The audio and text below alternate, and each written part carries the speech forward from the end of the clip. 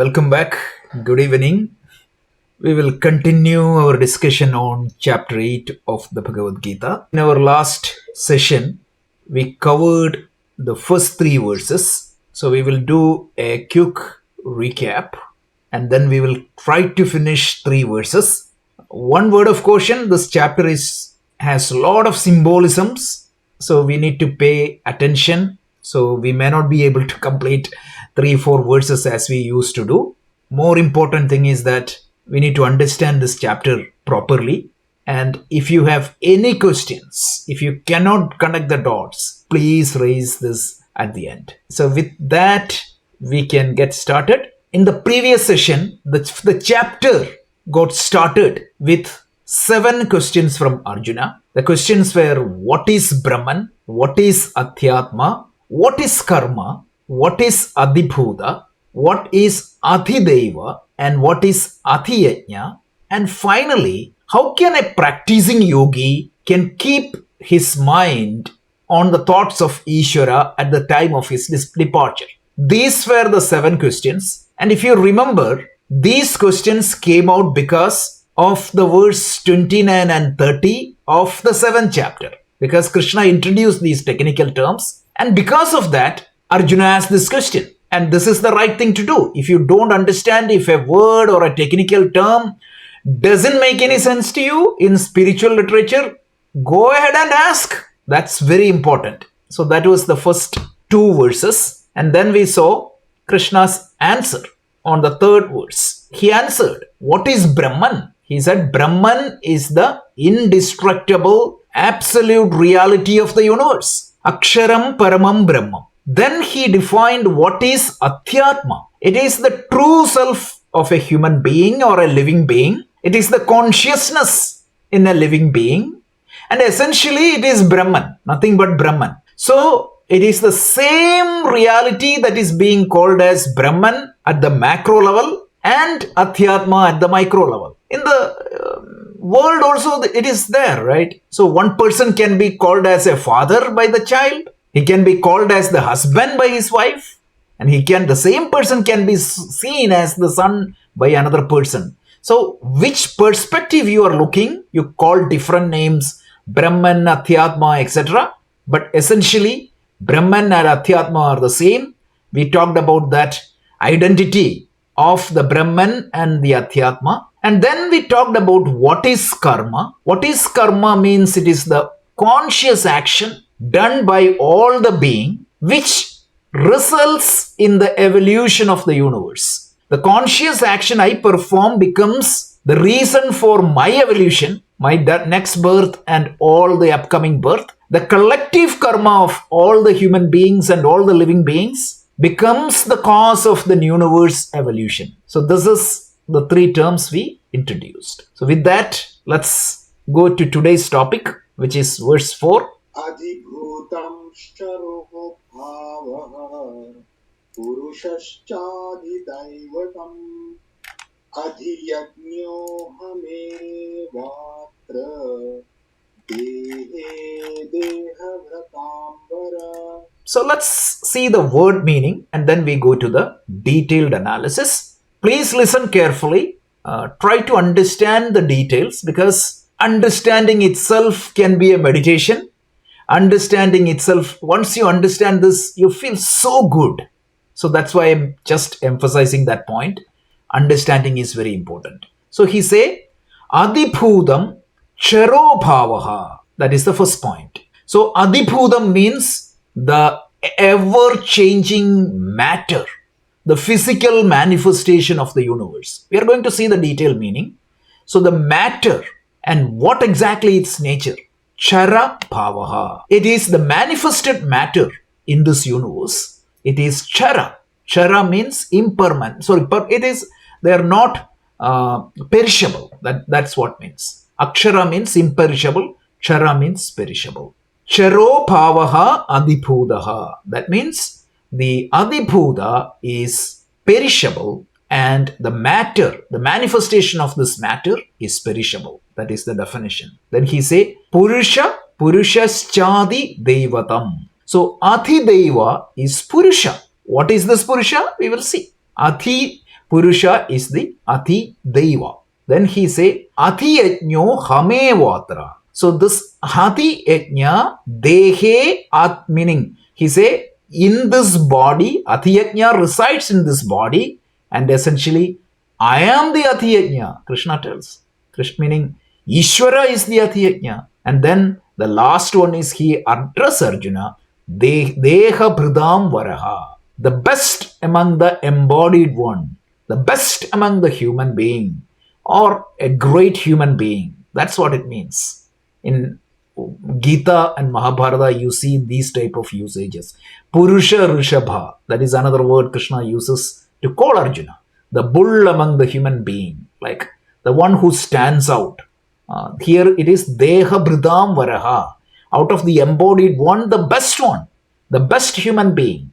That's what it is. This is the word by word meaning. And if you look at the combined meaning, he said the best among the embodied being, the physical manifestation, the material manifestation which is constantly changing, that is what is Adhibhuta. The universal form of the God, that is Purusha. Purusha means Hiranyagarbha. We are going to see that. The universal form of the God, the intelligent order of the universe, which governs the presence of intelligence in all the being. We are going to talk about that in detail, so don't worry about that. So that is AdhiDaiva. And then he say, the one who dwell in your body, the one who is present in all living being, that is called AdhiYagna. So this is the Lord of all yajnas, or the sacrifices. So this is the literal meaning. So now let's try to understand each of these words. So let's start with Adhibhuta. So Adhibhuta, that is the first item given. Adhibhuta means, try to understand this, right? When you look at this universe, you see so many things. You see a house, you see a computer, you see a body, you see the sun, moon and star. Everywhere, whatever you can see, whatever you can touch, you know that. The science tells us that they are manifestations of matter. And why do you need this matter? Even for me to function in this world, I need a body. So this matter is extremely critical for all the beings. For the life to sustain, this matter is required. Without matter, even my own body will not be there. Even if I have a body, I cannot live. I need a house, I need the food, I need a car, I need everything, what not? Imagine a life without matter. So the manifestation of matter is extremely important for the life to sustain in this universe. And that is what?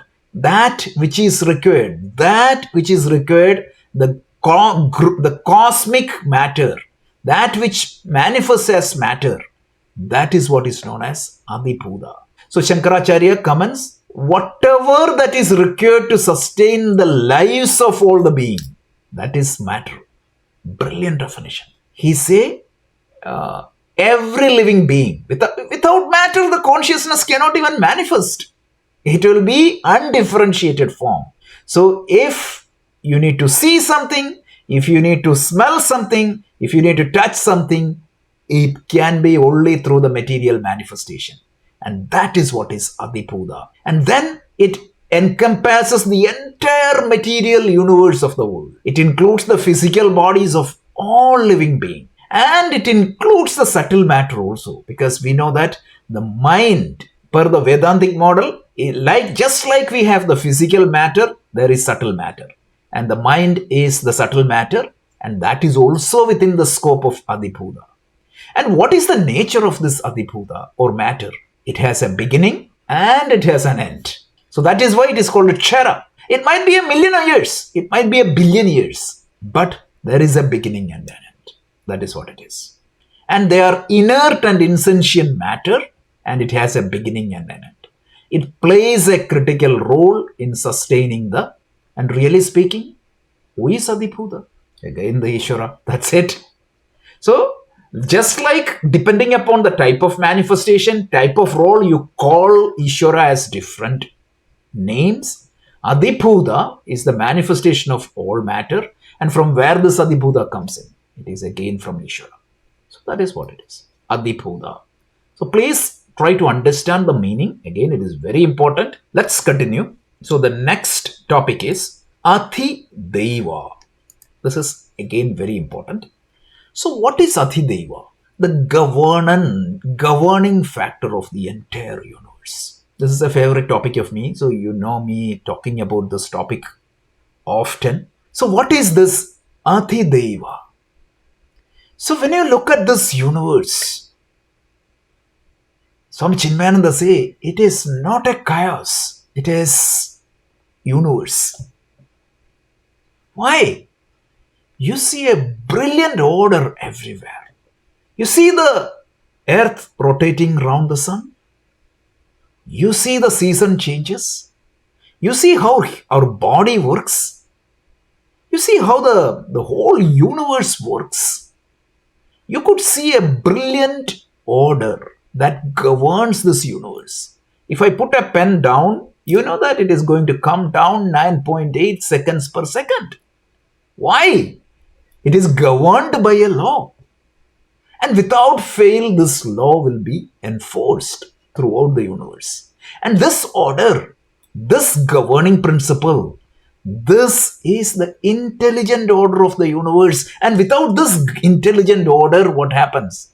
The universe will not held together. Right? That is what is known as dharma. Right? Dharayati iti dharma. That order which sustains this universe. And who enforces the dharma? Dharmasya prabhur achyutaha. That is what is the Ishvara. And at the macro level, we call that Ishvara as Hiranyagarbha. Hiranyagarbha. You might have heard this name. Hiranyagarbha. So Purusha here means Hiranyagarbha. There are two definitions for Purusha. One is that which pervades everywhere. This intelligent order of the universe pervades the entire scope of all the Adhibhuta. So without the Purusha's presence, the Adhibhuta cannot function properly. Without a software program that controls, the computer will not work. The matter will be there, everything will be there, but this intelligence is what making this computer functions. The intelligence is what recording my talk. The intelligence is what is broadcasting it. So this intelligent order of the Ishvara at the macro level is known as Hiranyagarbha. And that is what Purusha. Purusha means that perverts everywhere. And there is a second definition of Purusha which is very interesting.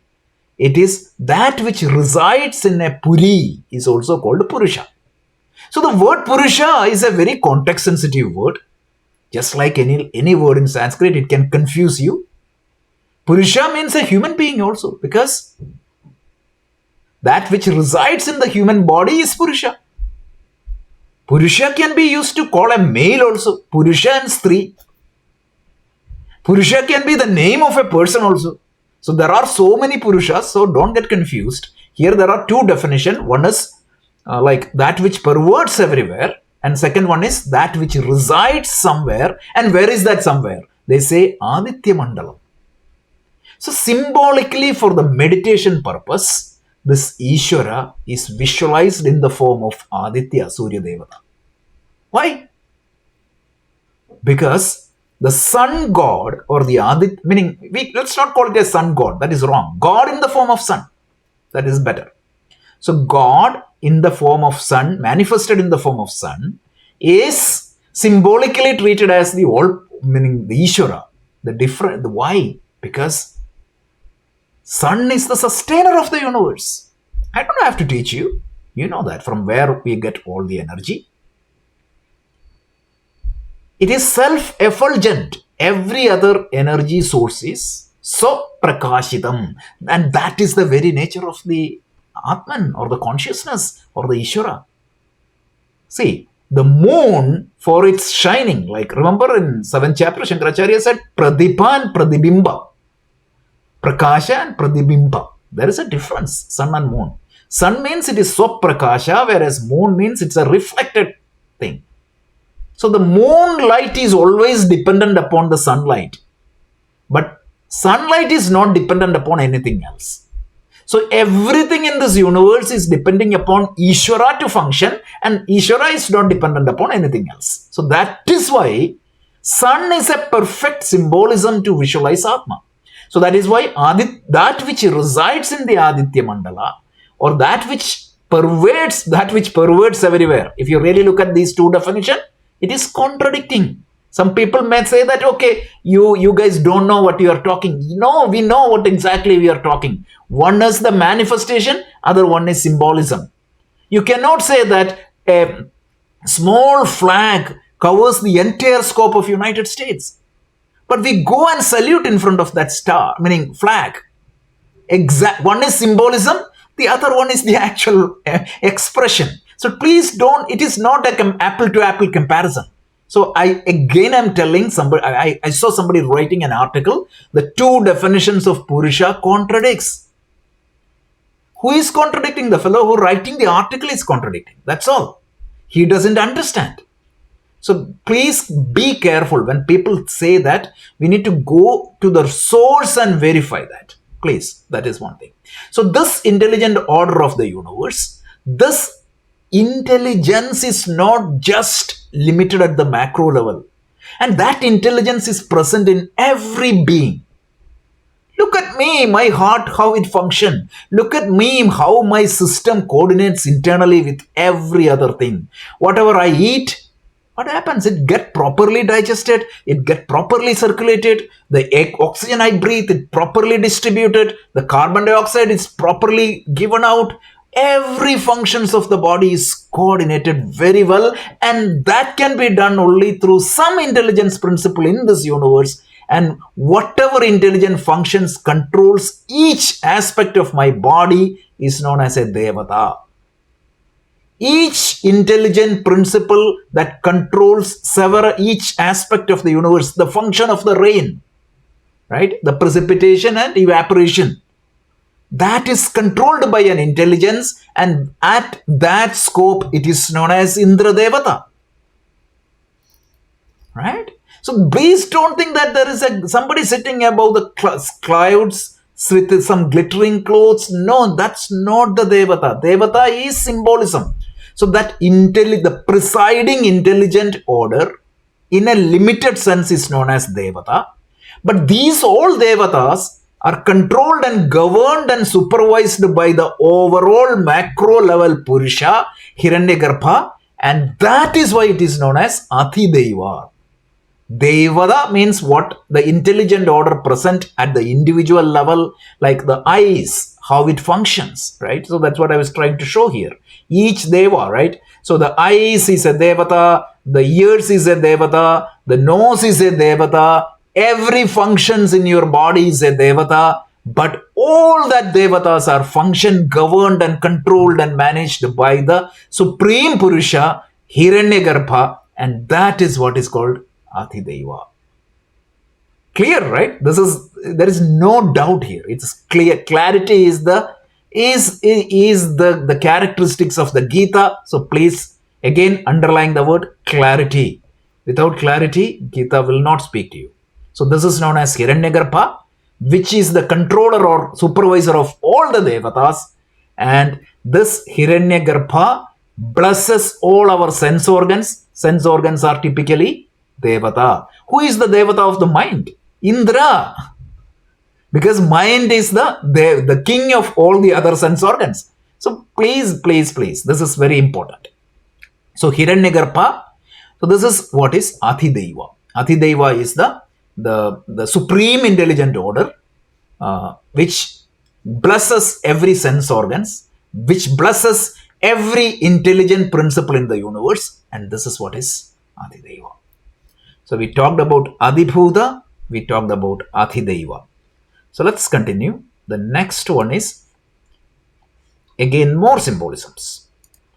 AdhiYagna. AdhiYagna, Krishna tells, who is AdhiYagna? He tells, in this dehe dehabhridam varaha, AdhiYagno hame vatra. He said, I am the AdhiYagna. What does that mean? Krishna tells that himself.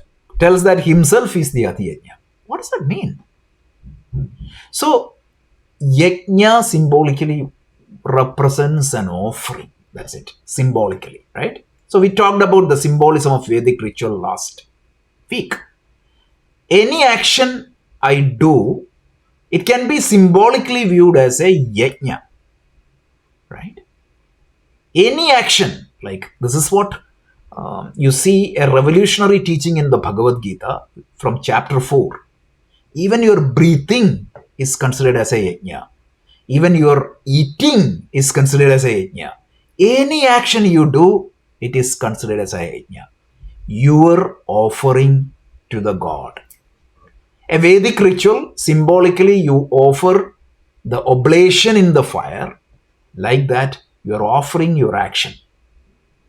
Now, when you offer in Vedic ritual an oblation to God, your sankalpa is for a deity. Your sankalpa for that offering is for a deity. So, if it is a putra kameshti, I pray to Lord Indra to give me a son or a daughter. If it is for a rain, symbolically I pray for the rain. And I wish there should be a rain. For that I offer XYZ into the fire, and my belief is that this fire is the postman or the transporter, like Om Agni Mite Purohitam, that is the first mantra of the Rig Veda. Agni is the transporter which takes this oblation from me and send to the actual Devata. It's a symbolic representation. So, and then what happens? The Devata blesses back the performer depending upon his karma. Sometimes you may get the result. Sometimes you may not get the result. Sometimes you get the opposite result. Whatever it is, there are so many factors, controls between you and the result. Like that, every action you perform, you may have an intent for the action and you may get a result based upon your karma or based upon some intelligent principle that determines the results. So now Krishna tells, whatever action a human being performs, somebody symbolically monitors that in your body, and somebody who determines what exactly is the karma for that action. And it is that something in your body is that blesses. And Krishna tells, who is that? That is Ishvara. Ishvara faithfully monitors, diligently monitors every action I do. Every action I do is monitored, and accordingly the karma will be marked. The Ishvara will stamp the karma, right? The Ishvara will punch the karma, and depending upon that, I may get a punch from the world outside, depending upon the karma.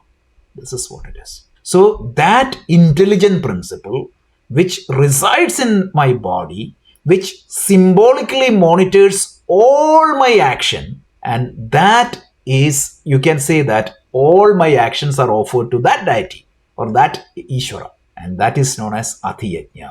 So, or you can symbolically view, when I am doing this class, I can see this as a symbolic offering in front of Ishvara, and the Ishvara in me monitors that. And depending upon my intent, my performance of action, the way I perform the action, I may get the result. Imagine I'm doing this class for what? To make money or to get fame. You may think that I'm doing a good service, but the karma I may get is totally different. So that's very important to understand. So faithfully monitors and gives the result of action. And that is why Lord Vishnu is called as Karmatyaksha. You all chant Vishnu Sahasranama, right? Lokatyaksha, Kritatyaksha, Karmatyaksha. The one who presides over the karma, the one who symbolically witnessing the karma, the one who faithfully recording the karma, the one who gives the results of the karma. So the AdhiYagna symbolically meaning represents the presence of Ishvara residing in my body, closely monitoring all my actions and providing the results. And Krishna tells, who is that Ishvara? AdhiYagno Hamevatra. I am only the AdhiYagna. So where exactly Krishna is residing? In me, in you, in everybody. Remember in the 6th chapter, Krishna tells, I like those devotees who see me in the other living beings. Very powerful teaching. More than we may go and pray in front of the statue of Krishna in the temple, but we may fail to see a person, the presence of Krishna in the living being. So somebody was asking me, then what about Vaikuntha and Kailasha? He's there also, but he's already within you. You will see here in the 10th chapter, you will see this in the 18th chapter. In multiple places of the Bhagavad Gita, Krishna tells, I reside in you. You don't need not go farther.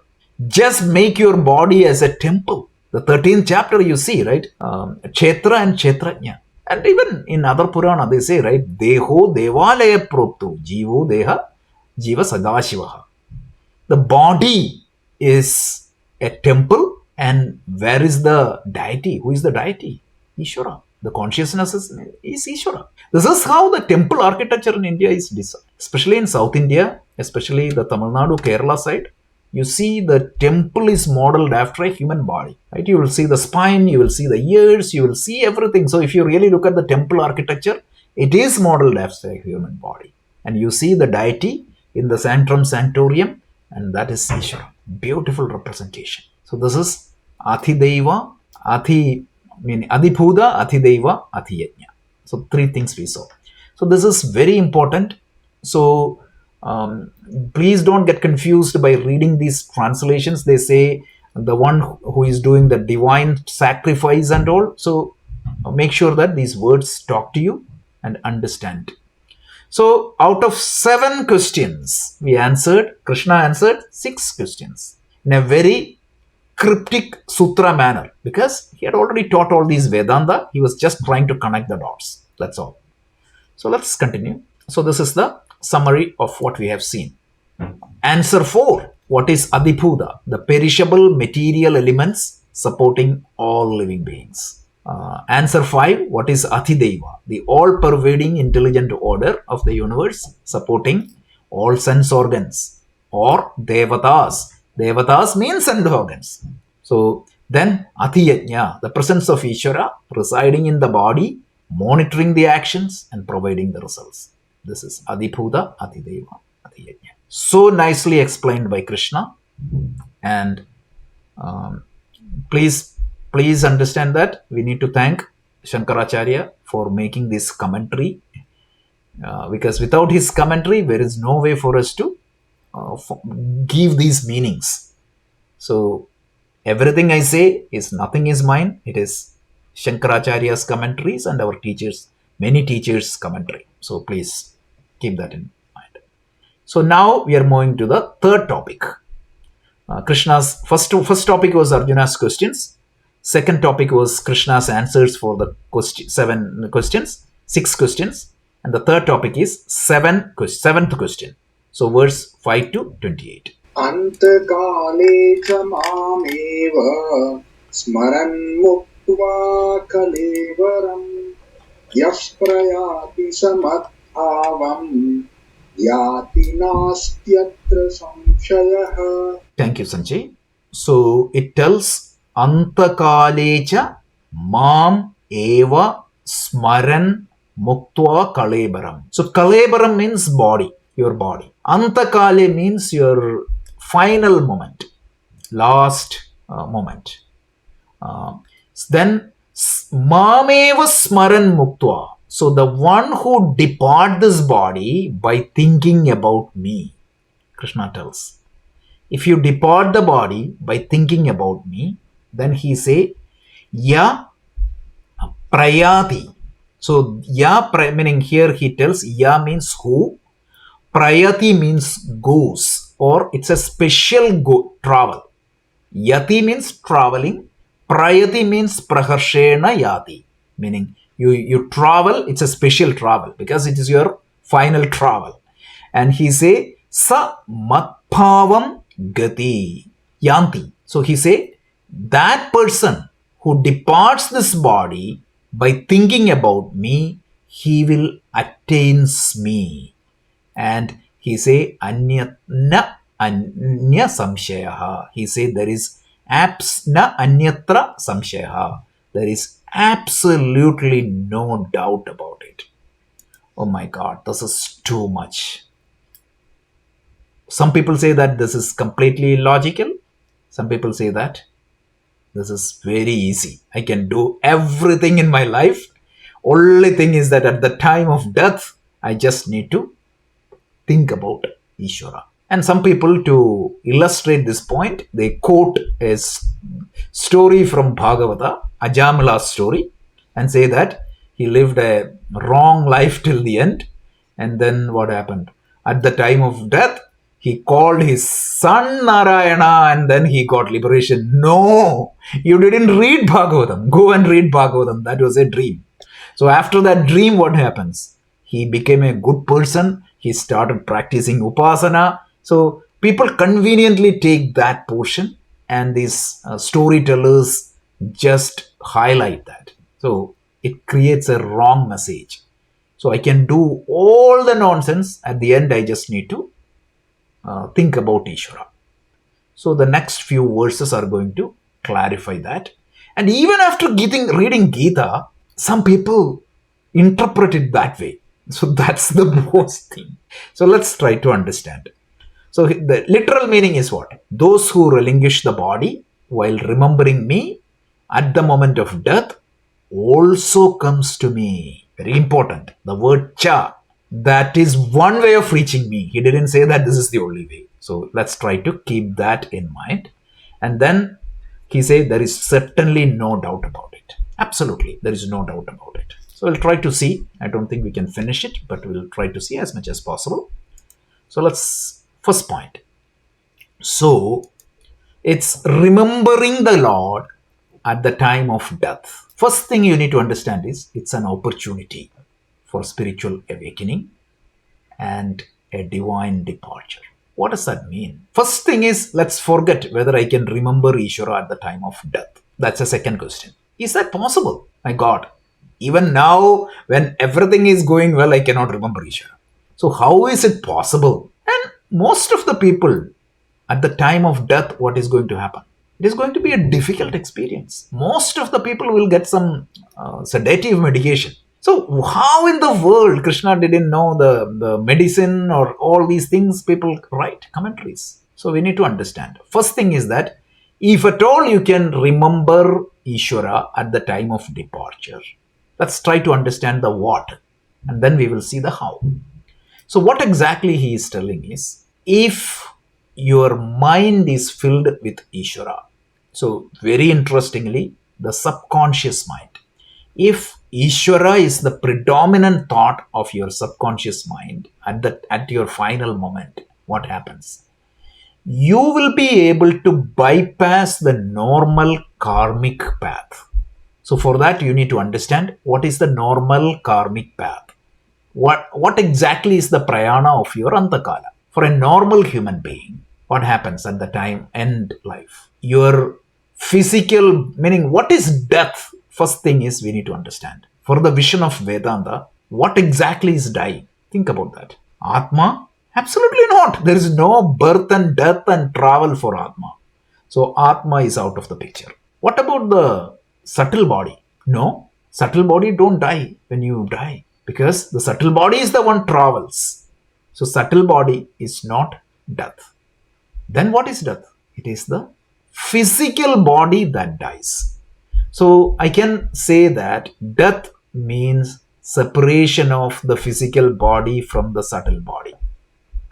When the physical body is separated from the subtle body, what happens? The consciousness will not get manifested in the subtle body. As a result, what happens? It gets dismantled. So the definition of the death per Vedanta is the separation of the physical body and the subtle body. Stula Sharira, Sukshma Sharira, separation. That's it. When the Stula Sharira gets separated from the Sukshma Sharira. Why? Because the Prarabdha Karma is over. When the Prarabdha Karma is over, what happens? I need to go back. Let's say that I'm going to Switzerland with 3 months visa. At the end of the 3 months, what happens? I need to come back. So like that, when the Prarabdha is over, the subtle body will leave the physical body. And that is what is called death. When that happens, what happens? The subtle body needs to find another body to get manifested. This is the idea of law of karma, and this is the idea of reincarnation. So what happens? Whatever karma I acquired in this life, which is known as the agami karma, get added to the original pool of karmic repository, which is known as sanchita karma, and a subset of that karma will be taken by some algorithm. We don't know what exactly is the logic used to get the subset of karma, and that becomes the prarabdha for the next life, and a body will be created. This is the usual route of my subtle body. This is known as the traditional karmic path. But Krishna, understand that why Krishna is introducing this topic in this chapter. Remember what did I say? The theme of this chapter? Ishvara Upasana. Krishna tells, yes, for you to liberate, you need knowledge. But if you don't have that knowledge, and if you are not interested in learning this knowledge, you are only a devotee of the God. Is there any escape? Yes, with that Upasana, there is a means to bypass this conventional karmic route. That is exactly what is the theme of this chapter. If your Upasana is very strong, your mind will be filled with Ishvara at your last moment.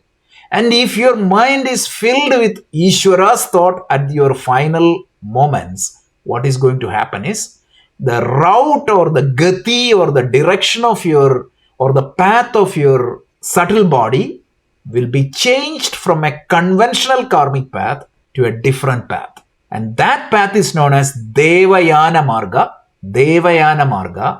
or it is known as Shukla Marga. Otherwise, what happens? The path of your the subtle body is known as Krishna Marga. If your devotion, Upasana, is strong, what happens? God, Ishvara, out of all its the love and kindness to the human being, gives a provision to bypass the route of your the travel, karmic travel, free you from the karmas, and take you directly to a different destination known as Brahmaloka. That is what is symbolically represented here.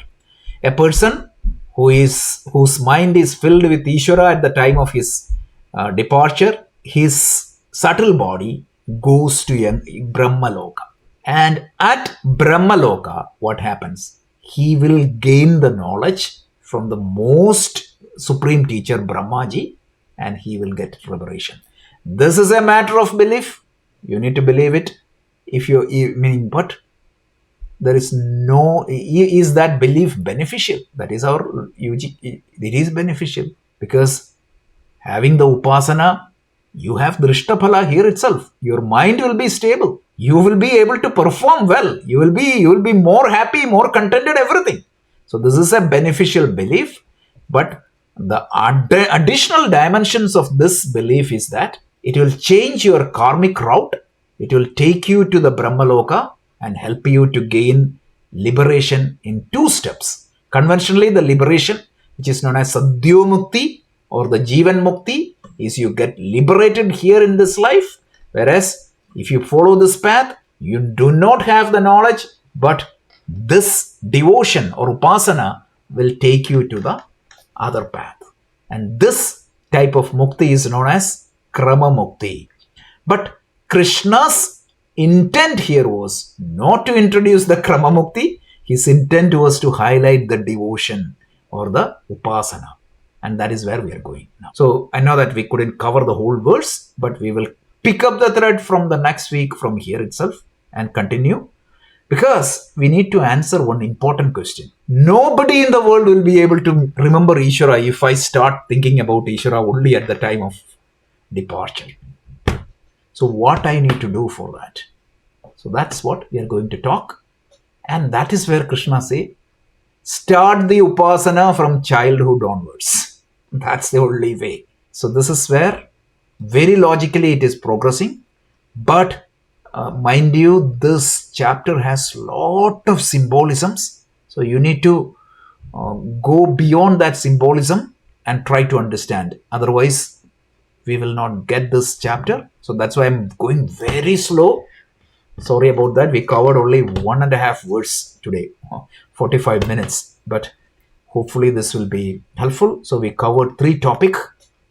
One is we covered Adhibhuta, AdhiDaiva, AdhiYagna. So please, this should be those who are interested in meditation. This is, if you can, I talked only four concepts. If you can just contemplate upon that every day, you will not forget it. This will be in you. So please, my request is, please try to contemplate upon what is Adhibhuta, what is AdhiDaiva, what is AdhiYagna, and what is the significance of this, right? So antakale jamameja smaran muktva kalebaram. So this is where we will stop.